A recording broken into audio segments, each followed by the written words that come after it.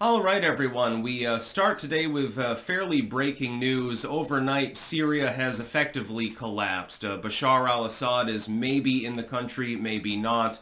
And rebels have actually seized both Aleppo and parts of Damascus. So Syria appears to be all fucked up. Link in the description, archived, of course. Here's my read on it. The kind of rebels that you have in Syria are not the kind of people that you want to be leading a country. Some of them are Turkish-backed, some of them are FSA, and some are literally ISIS, although that remnant pretty much was snuffed out, actually, and now resides more in North Africa than anything else. So that's, I guess, the saving grace. Unfortunately, I believe that you're about to see a purge of Christians, Yazidi, and Alawites in Syria. You're about to see effectively a genocide, and there's nothing that we can do about it. And Trump has responded. He responded the other day when the rebels first began their advance. He said, stay out of it. Don't do anything. It's not our fight. It has nothing to do with us.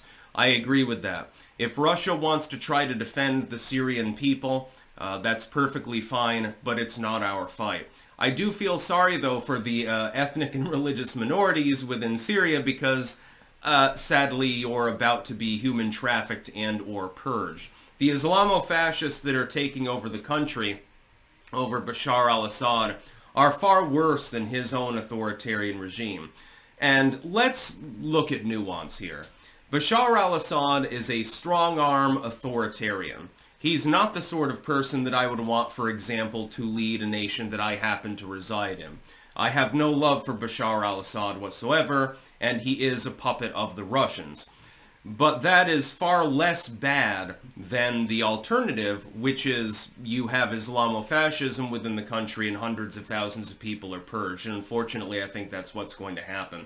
I think that there's going to be a lot of suffering in Syria over the coming years. Hopefully, the incoming Trump regime, and I can't imagine that the timing is coincidental, by the way. We'll get into that in a moment.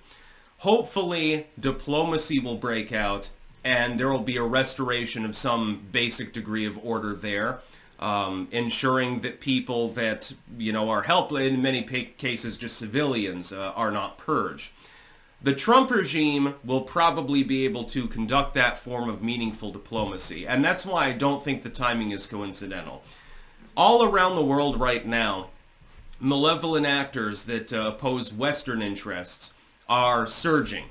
And they're doing that because they're taking advantage of a very narrow period in time where Western leadership is effectively absent. There is no U.S. president currently. Is it Biden? He can't even choose the color of his socks. Is it Harris? She got thwomped completely, doesn't know what she's doing, and is basically in hiding.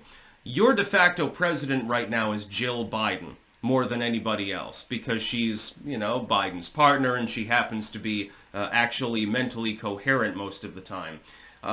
So all of our enemies, the Russians, the Chinese, the Syrian opposition, and so forth, and they are an enemy, by the way, just to be clear, are taking advantage of that power vacuum, hoping to set themselves up for negotiations once an administration comes in that they actually have to parlay with, because they're afraid of them. That's basically what's happening. Donald Trump would have prevented this from happening.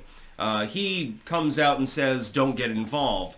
But diplomatically speaking, I'm sure that the U.S. would have been involved, and this would not be happening right now should we have had our way. Unfortunately, we do not have competent leadership at this time. We have a commander-in-chief that's basically a vegetable. Just a matter of which vegetable he is. I suppose Brussels sprouts, because nobody likes him. I like Brussels sprouts. I think that they're delicious when they're just boiled with a pinch of salt, but yeah, let's face it, most people are not particular fans of it. The Biden administration is also laying a little bit of a trap for Trump.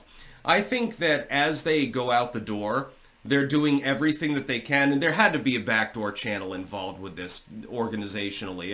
The rebels didn't manage to amass 10 times the manpower and suddenly level up into something that could overthrow the Syrian government by accident. There was some impetus behind it. I'm sure that there was planning behind it.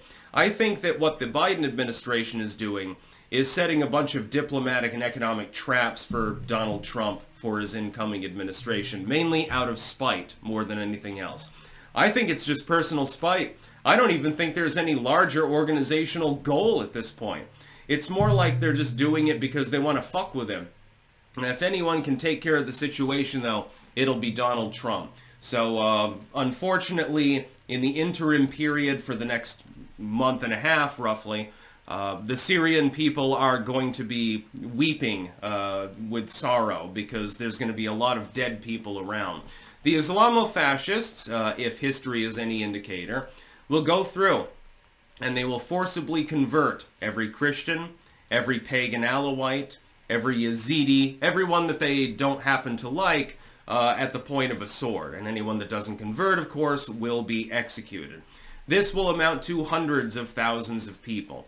If history is any indicator, I don't see order being restored immediately. Once this new power bloc congeals and enforces its will across the country, which may or may not happen, of course, the civil war will probably continue at some level. Once they manage to consolidate power, and after purging a bunch of people, they will form a government. It will not be democratically elected. It'll be unilateral, basically. And then we're going to have to negotiate with them. It's a very sad situation, actually. I don't wish this upon the Syrian people. No Syrian person ever fucked me in the ass, for example. It's rather sad.